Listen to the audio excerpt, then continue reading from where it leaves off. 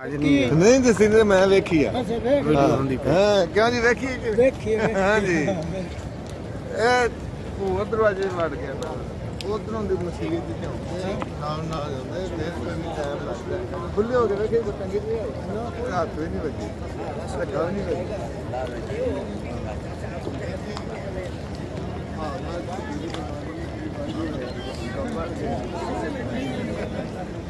हाँ जी बाबल आंदा उन्होंने पता है